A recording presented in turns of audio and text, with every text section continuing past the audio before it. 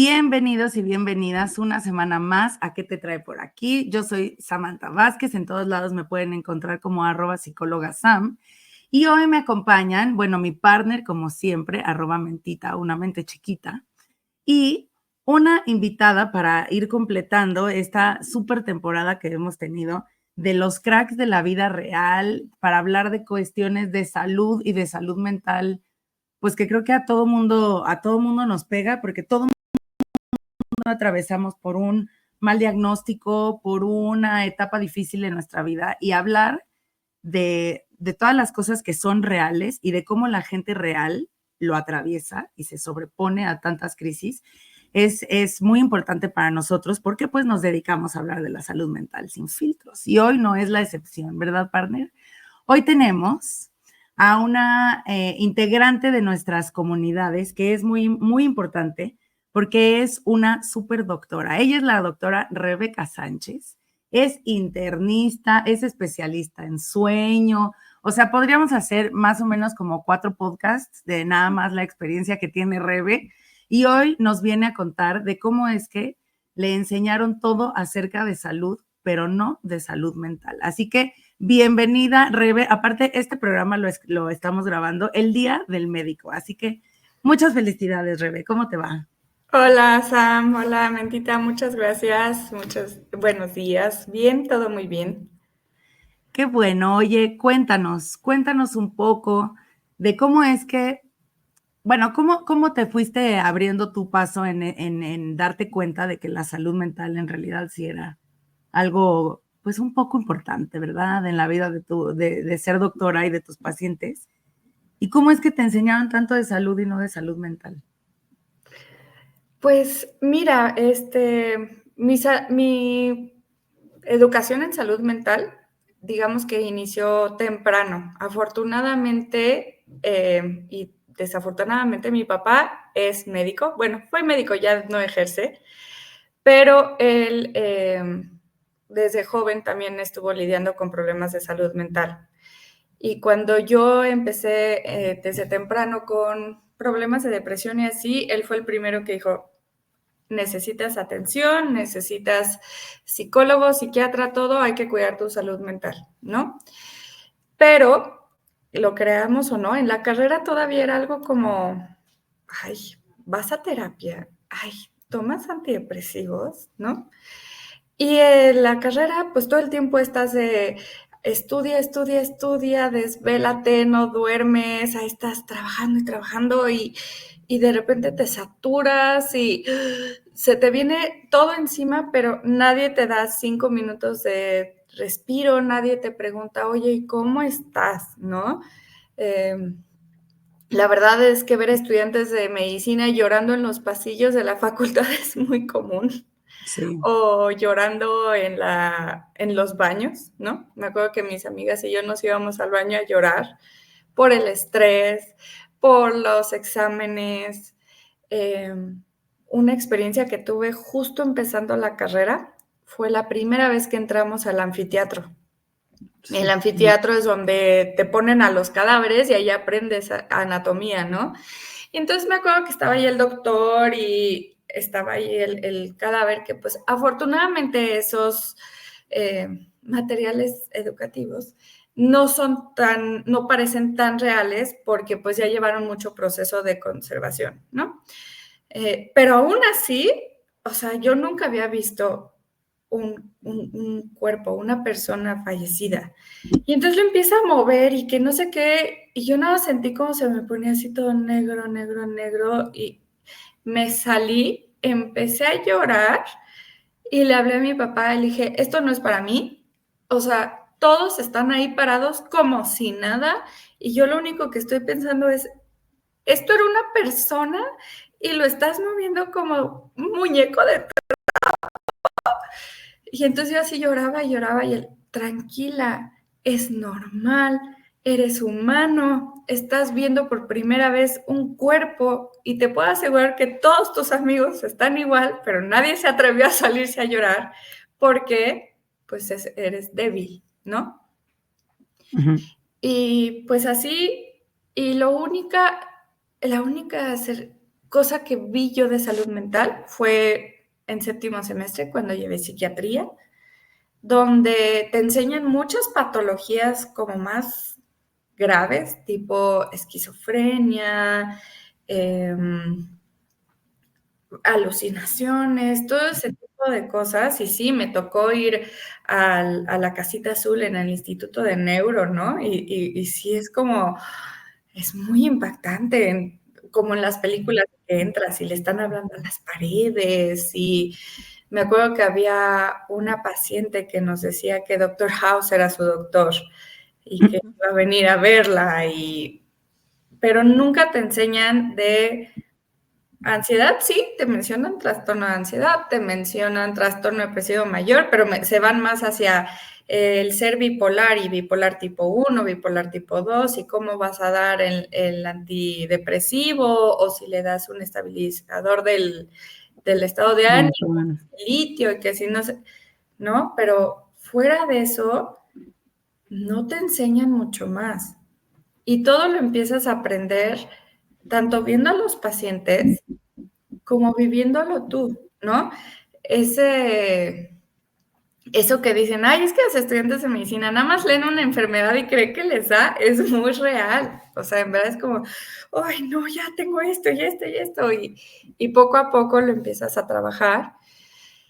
Y yo creo que cuando tuve mucho más cercanía con la salud mental y su importancia fue ya en mi práctica privada, donde yo más que entrar a quirófano y así, porque los internistas no operamos, pues es la consulta.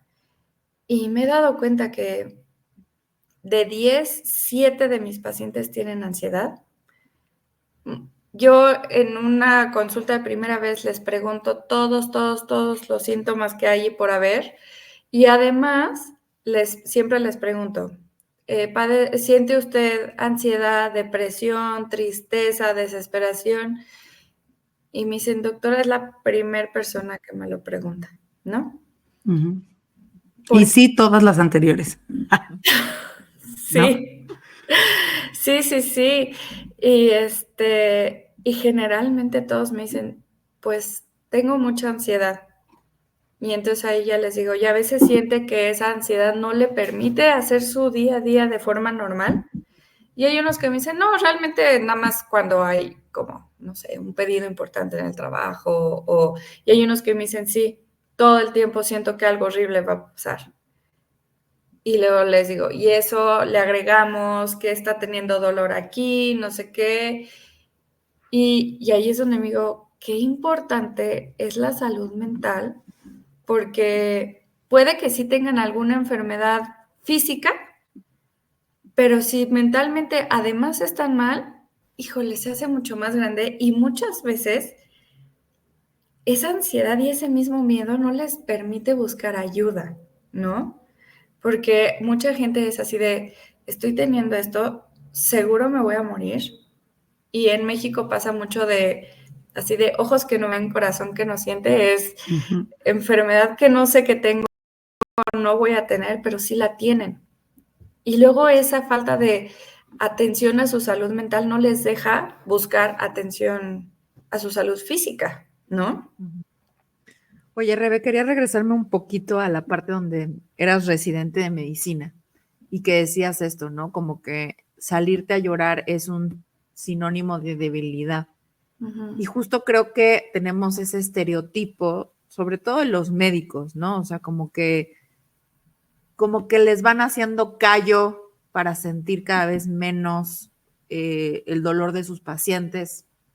Esto que nos contabas fuera de la llamada, ¿no? Como de aprendes a hacer tu poker face para que no noten cómo te hace sentir a ti el dolor del otro. Los residentes con los residentes, no sé, hoy en día creo que las cosas han cambiado un poco, pero, o sea, son terriblemente crueles, o sea, ¿no? Porque Sí. tienen que formarte un carácter y fortalecerte y entonces pareciera como que el médico se tiene que volver una persona fría, insensible, distante al paciente. ¿Qué piensas de esto? Sí, es algo muy real. la residencia médica yo creo que es... yo amo mi carrera y amo ejercer y todo, pero si hay unos años que diría en la vida lo vuelvo a pasar, es la residencia médica.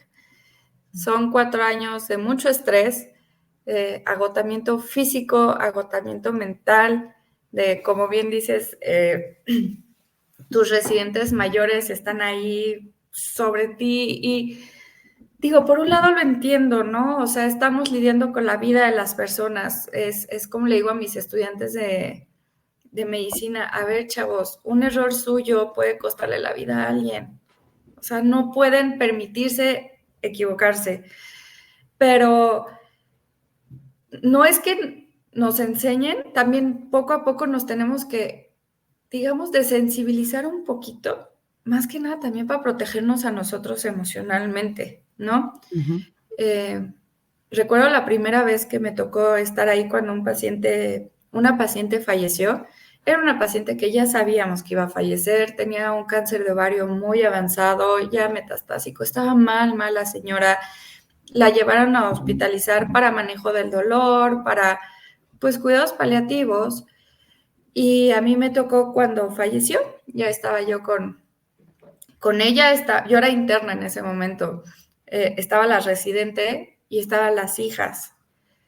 Y entonces las hijas pues empiezan a llorar así, pues como uno le llora a su mamá, ¿no? Es un, no, mamá, y por más que ya sabían, pues, y mientras nosotros estamos allá al lado, es muy chistoso, bueno, no chistoso, es muy curioso ver cuando, o sea, se apaga, literal se apaga el cuerpo. Algo de repente está y ya no está, ¿no? Y luego ahí lo que tienes que hacer es tomarle el electrocardiograma para tener una prueba, ¿no? Física de que sí, ya no hay latido cardíaco, dejas que se despiden, te sales, pero sí es así como, en ese momento yo sentí como si me hubiera separado de mí y regresé y me dice la residente, ¿estás bien? Y yo nada más así, callada. Me dice, ¿ya habías visto a alguien morir? Yo, no. Me dice, vete a llorar. Digo, no, estoy bien. Me dice, ve al baño a llorar.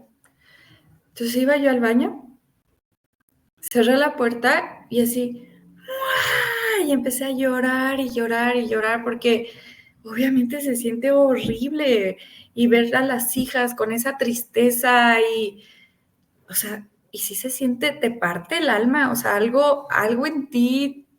Yo no la conocía de una semana, lo mucho, y aún así me dolió tanto.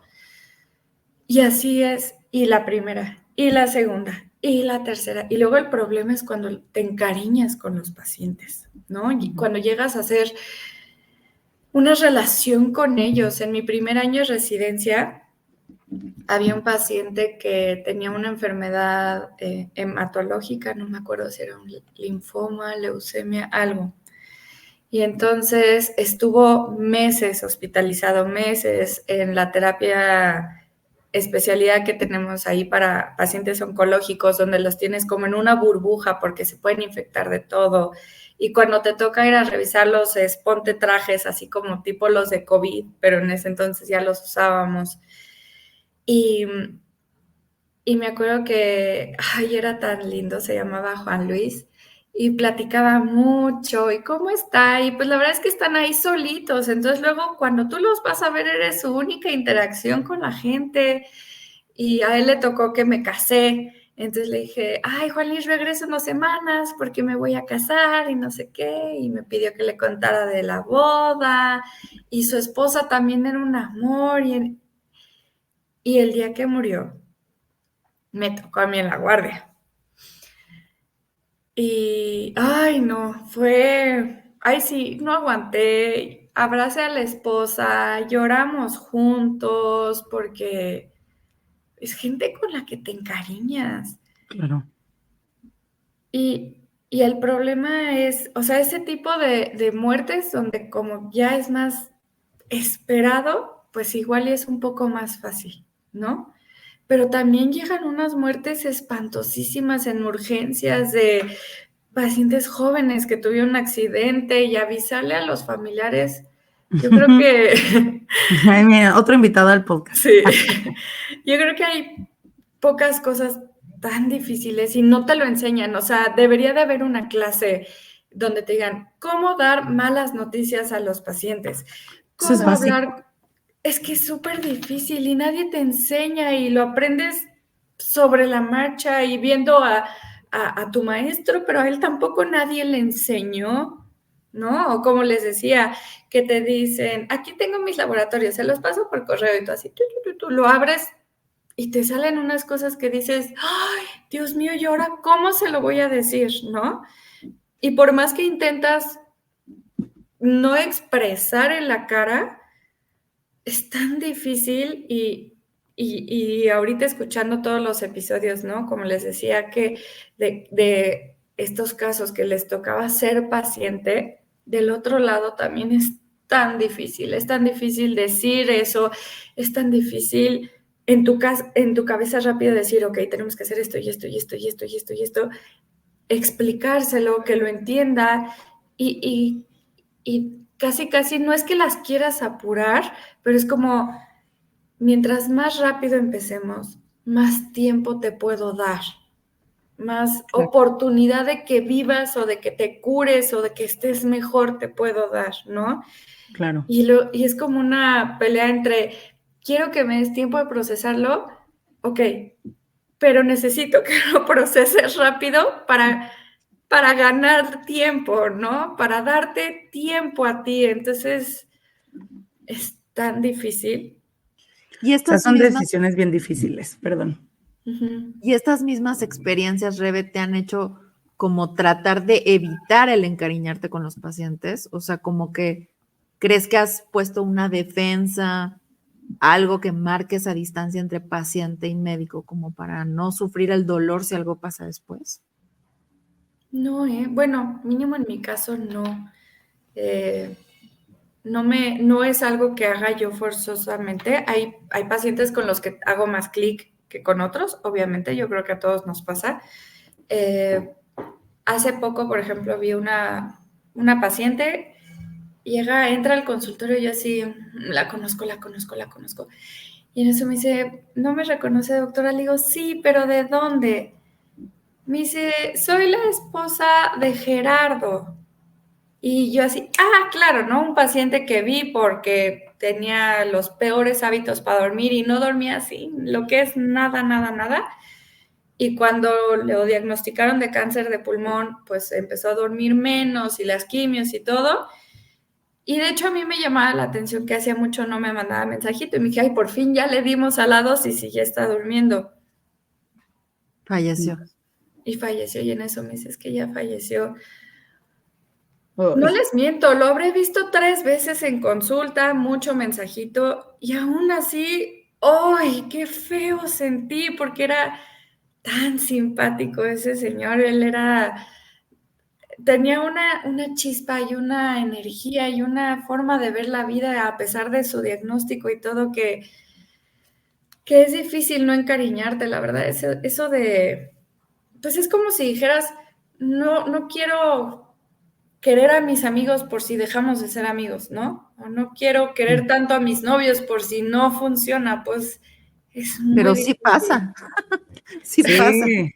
Y sobre todo que en los médicos, o sea, y creo que en general, ¿no? Como decíamos, o sea, llorar es sinónimo de debilidad, cosa Ajá. que es la primera mentira, ¿no?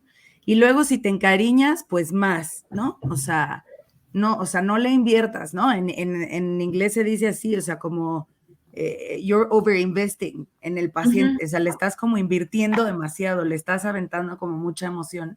Y es la famosísima transferencia, que creo que algunos, o sea, conozco a algunos pocos médicos que sí les enseñan como mucho esta parte de, pues básicamente no te encariñes, o sea, entiende que es como, es solo esto y tú vas como a lo físico y sí creo que es algo que también tiene que ver, pues no solo con los médicos, sino en general, también con el diagnóstico, que no sé si siempre todos los médicos como tú tomen en cuenta estas partes de la salud mental, de decir, si así como la ansiedad puede agravar tu cuadro, por ejemplo, una depresión puede agravar tu cuadro, también el vínculo con el médico puede, no que mejore tu cuadro, pero sí creo que si hay un buen vínculo con el médico y el médico es alguien a quien puedas como acercarte y a quien sí puedas tener un poco más de un vínculo significativo, pues claro que a la gente le impacta en algo, ¿no? Sí. O sea, creo que es Sí, algo importante. No, por supuesto. definitivamente mejora el cuadro, o sea, hay estudios que lo demuestran. Ahora, fíjate, a mí me parece curiosísimo toda esta parte que se ha ido metiendo en los hospitales poco a poco de los, por ejemplo, de los perros de compañía, ¿no? O las damas de compañía.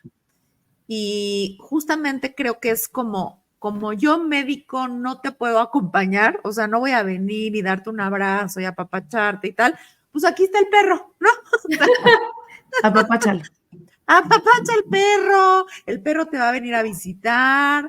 Siento que es como esa imposibilidad que entiendo el origen, porque ha de ser muy doloroso vivir esto todos los malditos días, pero sí creo que hay esa parte de distanciamiento, ¿no? Como de no puedo lidiar con esto porque lo que decías, Rebe, porque nadie me enseñó a lidiar con Sí, eso. no, nadie. Claro, además, bueno, yo creo que eso es algo que va a cambiar, ¿eh? Porque, por ejemplo, las generaciones previas, aún hasta casi los psiquiatras ni siquiera entendían bien de salud mental, entonces el médico en general menos, ¿no? O sea, ¿en qué momento un ortopedista le iba a importar si tienes buena salud mental? Sí, claro. Y digamos, nos quejamos tanto de la nueva generación Z y no sé qué, pero yo creo que si algo bueno tienen es que sí están metiéndole mucho a la salud mental y sí le están dando esa importancia. Y yo que ahorita lo veo con mis alumnos y son médicos en formación que pues sí toman en cuenta y luego sí me dicen, ay doctora, ¿y cómo le vamos a hacer para ayudarle en la ansiedad de este paciente? ¿No? Que luego igual y uno dice, bueno, pues, ¿tú qué? Tú eres internista, tú no eres psicólogo, tú no eres psiquiatra. Pues sí, pero si mi paciente llega con ansiedad, no, o sea, es como muchos pacientes me dicen, pues es que siempre me han dicho que es ansiedad. Y yo, ok, ¿y qué le dieron? Nada. Nada. O bueno, ¿qué le dijeron? ¿Qué tiene que hacer? Nada. Ok, pues sí, tienes ansiedad. A ver, vamos a ver qué tanto te está imposibilitando hacer tu vida. Te está costando muchísimo trabajo, no puedes dormir, te dan ataques de pánico a cada rato. Vamos a iniciarte tratamiento. Tenemos que ajustar tus neuroquímicos en lo que vas a terapia. Y yo siempre les digo, a ver, no es el chocho. El Claro. chocho te va a ayudar. El chocho es la férula en lo que te operan el hueso. Lo que te va a ayudar es la terapia y tienes que ir a terapia. Ahorita que me mudé a Querétaro, lo primero que hice fue conseguir contactos de nutriólogas y psicólogas. ¿Por qué? Porque son mi mano derecha y mi mano izquierda siempre. Porque si solo le doy el chocho, o sea, sí le va a ayudar, pero no le va a resolver el problema, ¿no? Así como le digo, pues tiene que bajar de peso. Ok, ¿y cómo? Pues coma bien. Ok, pero ¿no? Entonces luego les digo, haz ejercicio porque el ejercicio te puede ayudar con la salud mental, pero si no te gusta hacer ejercicio, no te va a ayudar. Entonces busca un hobby, busca tiempo para ti. Me pasa mucho con las que son mamás y profesionistas. Digo, a mí también me pasa, ¿no? Que siempre estamos al final de nuestra lista de prioridades, pero es así de, date 5 minutos, escucha un podcast en el coche que te guste, intenta meditar antes de dormirte, apapáchate con tu té favorito, cuida tu salud mental. Y yo siento que las nuevas generaciones de médicos ya lo están haciendo, yo los veo en los alumnos y si luego dicen, me han mandado un mensaje, doctora, hoy ha sido un día muy difícil para mí, no voy a poder ir a la rotación. Y si les digo, ok, date el día, respira, pero que no se haga costumbre. Sí, claro. Dinos, Monse, Yo- que levantas tu manita. Es que en eso que estás diciendo justo, ¿no? Ya hasta se me olvidó lo que De que las generaciones nuevas sí dicen, oye, estoy teniendo un pésimo día. Sí, las generaciones nuevas. Gracias, Sam. Eso es lo que de pronto, Rebe, siento que a lo mejor estas nuevas generaciones llegan con los médicos eminencias de 60 y más años y justo son los niños de cristal. Sí, claro. Hasta ¿No? un episodio hicimos de Sí, eso, porque se sí, quejan sí, de sí. eso cuando ellos son los que tienen esta parte de es que no tengo recursos emocionales para ir y no, pues ni modo, no voy. ¿Cómo? Exacto, y eso se ve mal, o sea, es como, mira este niño de cristal, ay, ya, llorando porque ayer se le murió un paciente. Qué bárbaro, así no éramos los médicos antes. Híjole, Ni Justo, aguanta señores, nada. porque no les dejaban a ustedes expresar sus emociones, entonces ahora expresarlas es los niños de cristal, o sea, como que sí, está mal claro, visto. exacto, y esas son cosas que poco a poco van cambiando. Yo lo veo también, bueno, ahorita afortunadamente la nueva generación de médicos, pues ya somos nosotros. Me acuerdo que yo todavía me sentía como de las bebés que estaba empezando su práctica médica y no, ya todos tenemos la misma edad, ya no Hasta que somos llegó tan alguien del bebés. 2000 a R1, ¿no? Sí, cañón. Ya cuando te Y, llegan nacidos en el 2000 es que ya no eres tan bebé. y que ya pueden votar y así dices, chin. Sí.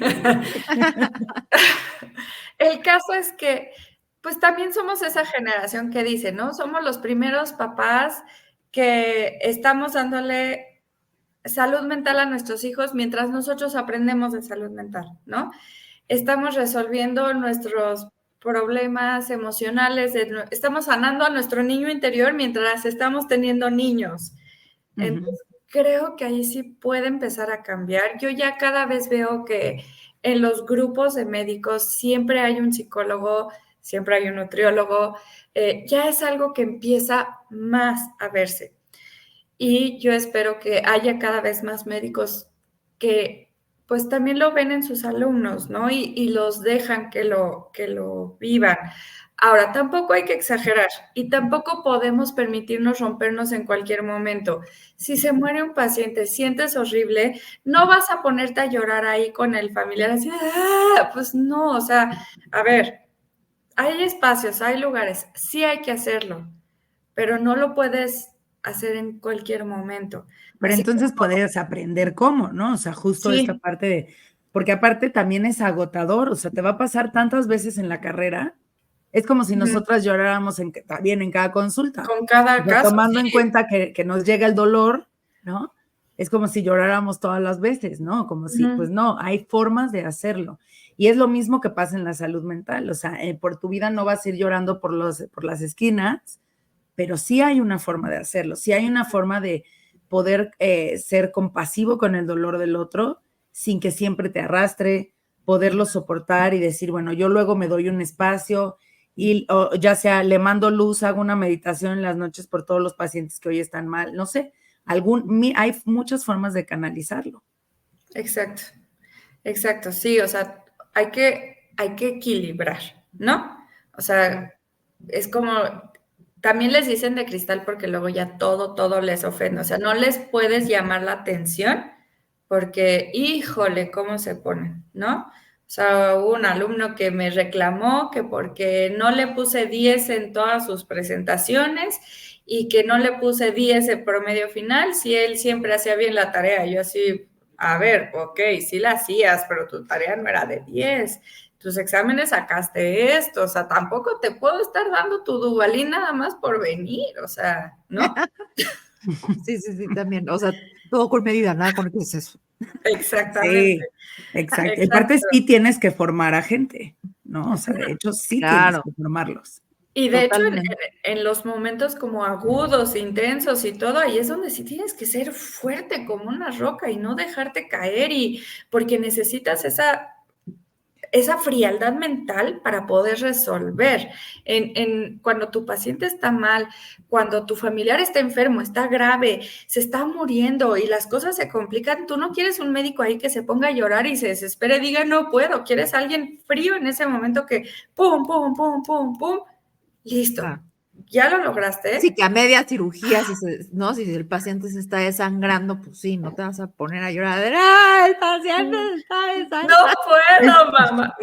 No. Son mis emociones, déjenme vivirlas. O sea, no, y es justo esa parte como que está así, ¿no? Justo así como caricaturizada, o sea, y no se trata de eso, ni tampoco, que todas las veces, o sea, es que insisto, es como en la vida real, o sea, no todas las veces que te vaya mal en un día o que tengas una mala junta, se va a ir todo el mundo de la sala de juntas y tú te vas a quedar llorando, ¿no? En el episodio de Tete Rosado, ella decía que es justo encontrar un justo medio, ¿no? Entre llorar así en todos lados o no llorar. Y ella decía, yo lloraba como un adulto responsable en el baño. En la regadera, sí. En la regadera, ¿no?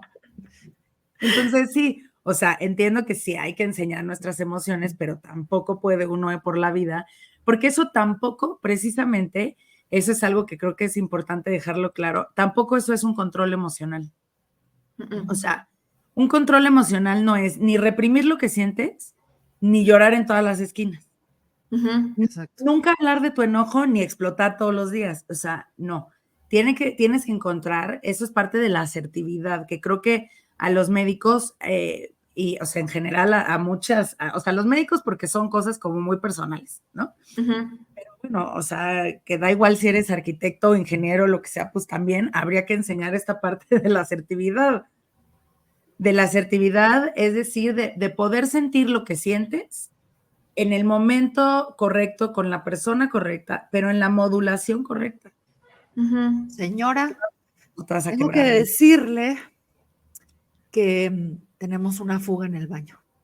¿Así sonaría? Sí, así. La asertividad en el plomero.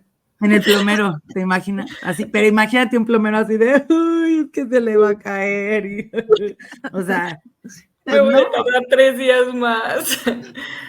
Oye, Rebe, yo tengo una pregunta también que hacerte que creo yo que está relacionada con el tema. ¿Por qué los médicos son los peores pacientes? O sea, ¿tiene que ver con esta parte de el temor a la vulnerabilidad o qué demonios pasa ahí? Sí, mucho tiene que ver con el temor a la vulnerabilidad. Y también creo que tiene que ver con que nos cuesta mucho trabajo separarnos del trabajo. Yo creo que hay pocas carreras donde no es tu fuente de ingreso, sino es tu estilo de vida. Ser médico es un estilo de vida. De hecho, mis amigos me lo dicen, mis familiares me lo dicen, me dicen, es que podemos estar así en la fiesta, en la pachanga, platicando, en la cena, no sé qué, y te hablan del hospital, me dice, te transformas, es como, te cambia la cara, te cambia el tono, te cambia, y luego me dicen, tú y tu teléfono, ¿no lo puedes dejar? Le digo, no lo puedo dejar, no puedo. Y entonces luego el enfermarte es como tener que pausar eso. Tener que pausar el poder ayudar a los demás y bueno, además de que luego nos autodiagnosticamos y automedicamos y no. Entonces, yo creo que tiene que ver mucho con el ser vulnerable y el tener que decir, pausa, me toca a mí descansar, ¿no? Claro. Pero sí, los médicos somos los peores pacientes. ¿Por qué crees que a los médicos les cuesta tanto trabajo de dejar el trabajo a un lado? ¿Por qué su trabajo se vuelve el estilo de vida? ¿Por qué no pueden pausar? Porque trabajamos con lo más preciado de la gente, que es su vida. Es que aparte son cosas que siguen, ¿no? O sea, como que no tienes un horario, o sea, te da fiebre a la hora que sea, te sientes mal, pues te sientes mal, o sea, es una cuestión así. Yo también creo que son carreras como muy apasionadas, ¿no? Sí, porque tienes que sacrificar muchísimo, o sea, no puedes sacrificar tanto si no es algo que te apasiona. Y que justamente también es algo de salud mental, ¿no? O sea, también los médicos necesitan poder equilibrar sus vidas. Y yo entiendo que, bueno, si te sientes muy mal, pues sí, claro que los médicos van a contestar, ¿no? Bueno, algunos. Yo cada vez escucho, por ejemplo, más y más me ha tocado escuchar muchas amigas que se quejan de que sus pediatras de pronto no les contestan en fin de semana, ¿no? No es el caso del papá de Monse, por ejemplo, ¿no? O sea, yo que oso le he escrito así, sábado 12 de la noche y yo, hola doctora, qué oso, ¿no? Pero es el primero que te contesta y te aparte al otro día te pregunta cómo amaneció el niño, ¿no? Entonces, sí, o sea, entiendo que es algo que sí es bien difícil de soltar, pero también es parte de la salud mental el aprender a decir, bueno, voy a estar al pendiente, pero voy a poner, o sea, voy a soltarlo en este momento. A mí, de hecho, me ha pasado que he tenido, o sea, tuve que aprender a dejar de contestar todo el tiempo porque hubo un momento en que yo ya me estaba ahogando. O sea, la otra vez me habló una paciente domingo 6 de la tarde. Ustedes son mamás. Hora cero. Estás organizando que la mochila, que sí está todo listo, que si los uniformes se acabaron de lavar, niños, métanse a bañar, a cenar y no quieren porque todavía están de fin de semana, que mañana ya hay escuela, bla, bla, bla. Y entonces sonaba mi cel y yo así, bueno, entonces ya contesto, pero así con la niña en la regadera, ¿no? Así de bueno. Hola doctora, oiga, un favor, quería saber si de casualidad pudiera atender a mi mamá ahorita. Fíjese que la estoy viendo que no puede respirar bien. Le dije, váyase al hospital, váyase a urgencias. Es que quiero saber si puede venir a mi casa. Le digo, no puedo ir a su casa ahorita. Y además, si su mamá no puede respirar, en su casa no vamos a lograr nada. Por favor, váyase a urgencias, váyase al hospital, ¿no? Le digo, por favor avíseme en qué hospital están y en cuanto yo pueda, llego y veo a su mamá. Okay. Entonces ya acabo de bañar a los niños, organizándome con el marido. Oye, amor, creo que voy a tener que ir al hospital, no sé qué. Sí, no te preocupes. Y en eso le mando mensaje a la señora. ¿A qué hospital se fueron? No, doctora, es que yo necesitaba a alguien que sí le diera importancia a mi mamá. Y yo así de... Ok. Ok, y toda la noche no dormí. Yo así... dándole vueltas, ¿no? Y yo, ok, bueno, ya, ni modo. Igual y no supe explicarle por qué era importante que fuera al hospital. Ok, ya. Siguiente mensaje, doctora, ¿puede atender hoy a mi hermana que está muy mal? La Pues misma paciente. No, otra, ¿no? Yo dije, ay Jesús, pues no, ya era algo así viral, ¿no? Pero son como esos casos que te llegan juntitos, ¿no? Para que aprendas. Y yo tengo llena la consulta, por favor, es que es súper importante, no sé qué, yo, bueno, entonces igual, amor, ¿puedes acostar hoy tú a los niños? Me voy a quedar más tarde, hay una paciente que le urge consulta, no sé qué, sí, no sé qué. Llega, se sienta la señora enfrente de mí. Fíjese, doctora, que llevo 5 años con este problema y así. No, pues 5 años. 5 años. Y hoy te urgía la consulta. Hoy te estoy teniendo a las 8:30 de la noche. No acosté a mis hijos porque llevas 5 años con este problema. Con un dolorcito. Sí, ok, está bien. Entonces ahí sí he tenido que aprender a poner límites. A poner límites, exacto, porque acaban conmigo. Sí. Bueno, es mi pleito diario con mi santo padre. Sí, que seguro. es que es un santo, o sea, de verdad que es un santo. Dime que si no, Sam. Sí, sí lo es, sí lo es. Yo me paso, pero es que ponles límites a tus, es que ¿por qué le contes? Es que ¿por qué no le cobras? Es que ya sabes, yo me pongo fúrica porque, pues sí, él apasionado por su trabajo y por ayudar a la gente, pero todo eso cobra factura, ¿no? Todo eso cobra factura. Yo me acuerdo cuando hice prácticas en el Hospital General, que me tocó en el área de oncología, me la pasaba yo enferma, Rebe, de las anginas. Me la pasaba enferma. Claro que mi cuerpo yo creo que decía, hoy no vas, mija, tienes anginas y no vayas a contagiar. Y era, yo creo, el pretexto de mi cuerpo para darme un break de todas esas emociones, de ver, o sea, ver el dolor ajeno es horrible, los olores, Sí, es tremendo. los sonidos, o sea, de verdad todo eso agota muchísimo y son cosas que a lo mejor no vemos, pero cuando tú estás todo el tiempo en un hospital oliendo enfermedades, oliendo medicamentos, todo eso te hace tener también una sobreestimulación que necesitas desintoxicarte de todo eso, y los médicos y las enfermeras muchas veces no lo hacen. A mí precisamente la única paciente que se me ha muerto fue en esa práctica en el Hospital General en Oncología. Sí. Es súper difícil. Se me murió una paciente y fue durísimo. O sea, me acuerdo que estudiando psicología, o sea, como que también la realidad es que no se habla, pero no está bien visto que vayas por la vida. Vamos a hacer un ejercicio de no sé qué y todo el salón llorar, ¿no? O bueno, los que empiezan a llorar, pues como que tampoco está chido, ¿no? Porque justamente es esta idea de, entonces tú vas a llorar en todas tus consultas, ¿no? ¿O qué? Y me acuerdo que cuando nuestra maestra, que fue la que llegó, me dio la noticia, me dijo, oye, tu paciente pues falleció y tal, también fue un cáncer de ovario, tremendo. Y me acuerdo que fue la primera vez en toda la carrera que lloré en una supervisión. O sea, lloré, fue súper impactante, como que sentí que nunca se me había muerto nadie tan cercano. Qué irónico, ¿no? Nadie tan cercano se me había muerto nunca. Y me acuerdo perfecto del día, y sí, me acuerdo me acuerdo hasta en qué banca estaba yo sentada en el salón, ¿no? Del Hospital General.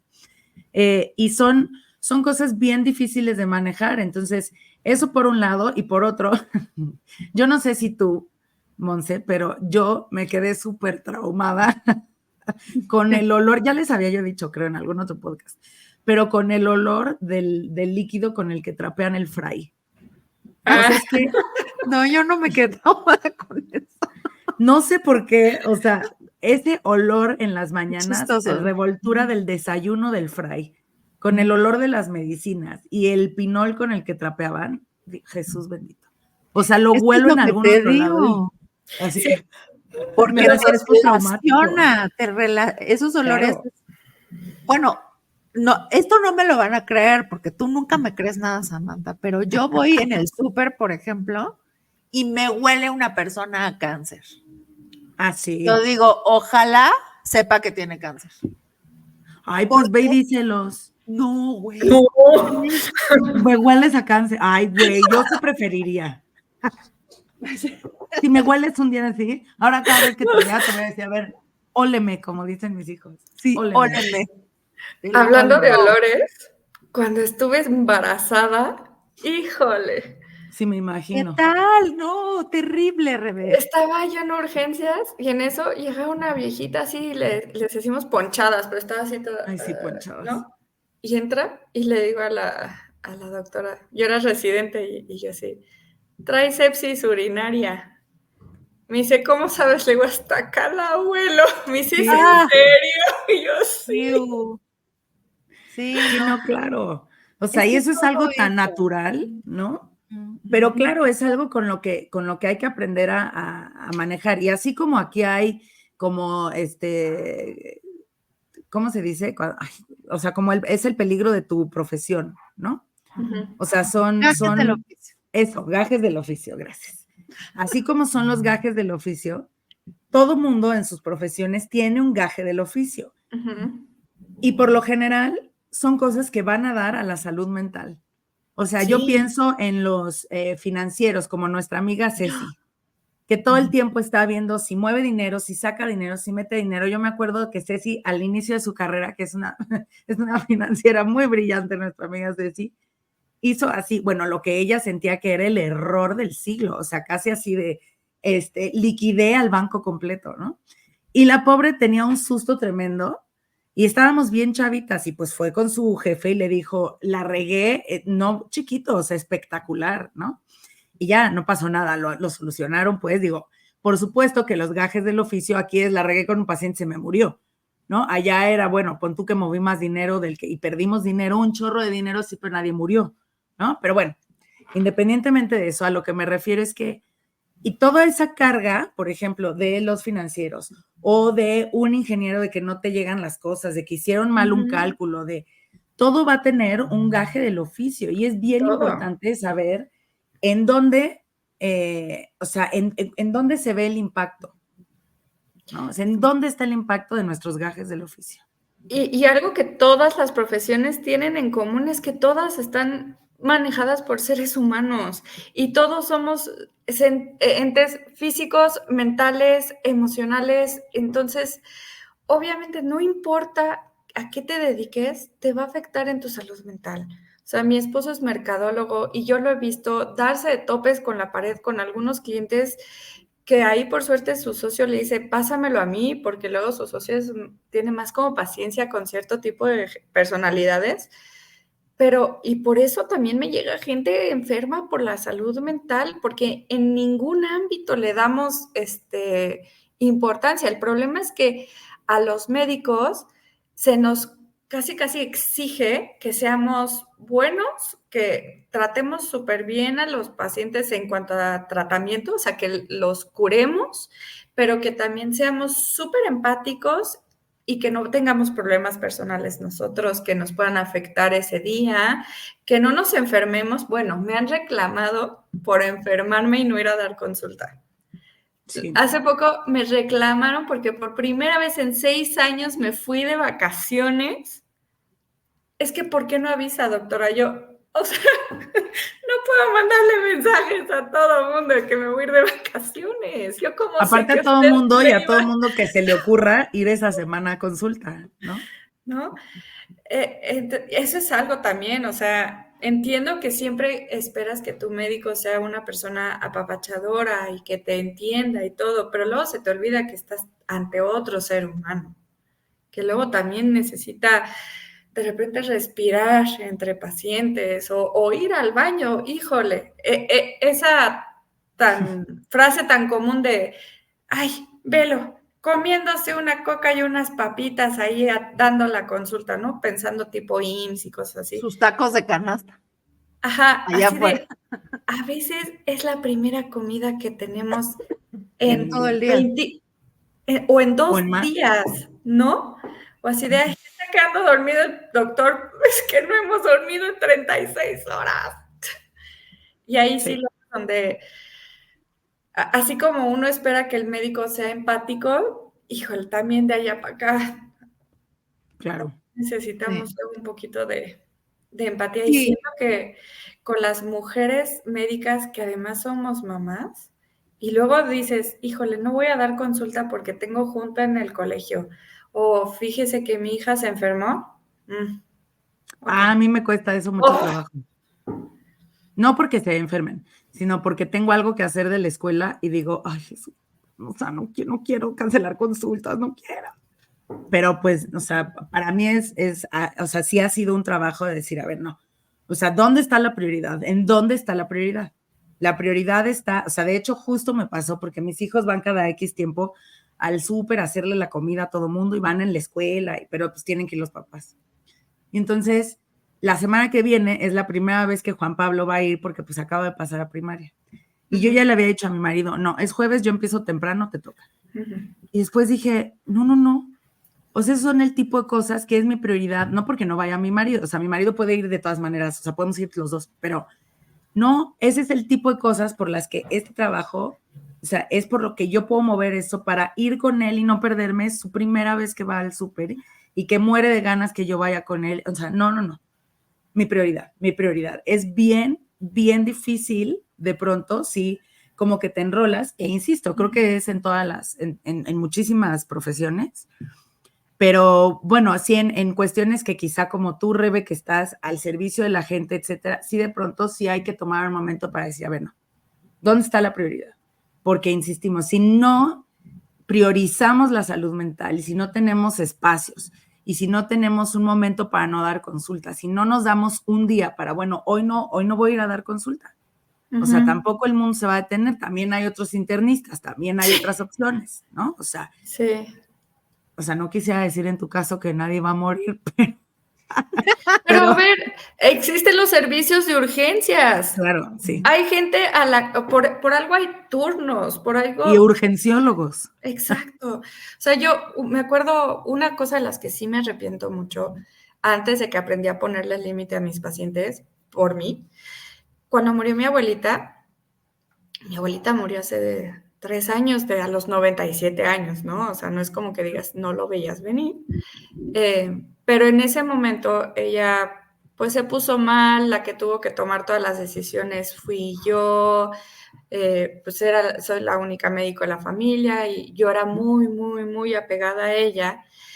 El caso es que pues fueron días que no estuve yendo a consulta por estar en el hospital y ya sabíamos que iba a morir esa noche y le pedí a mi asistente, por favor, cancélame toda la consulta de mañana.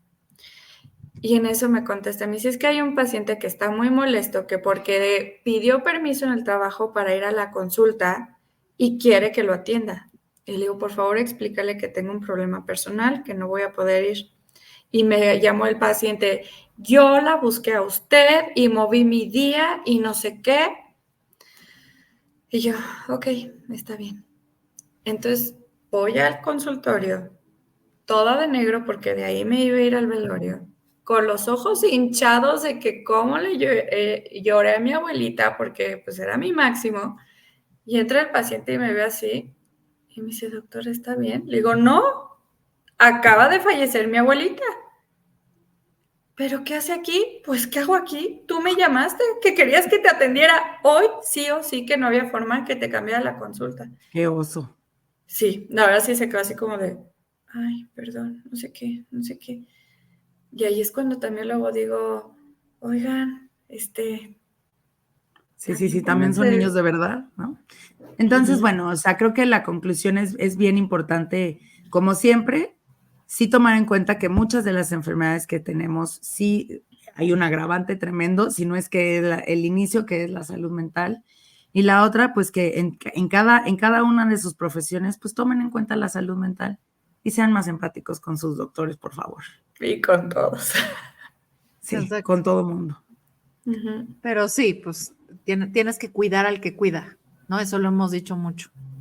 Pues muchas gracias, Rebe. Encantada de tener esta charla contigo. Fue muy interesante. Gracias, partner. Y pues nos vemos la próxima semana. Nos vemos la Gracias semana a que viene. ustedes. ¿En dónde te pueden encontrar, Rebe? ¿Tienes redes sociales? Sí, tengo Facebook e Instagram y es @DRA de doctora Rebeca Sánchez. Perfecto. Síganla, síganos, incomódense y compartan. Muchas gracias, Rebe. Cuídense. Bye. Gracias. Bye. Que no se te olvide, déjanos tu mensaje de voz y síguenos en redes.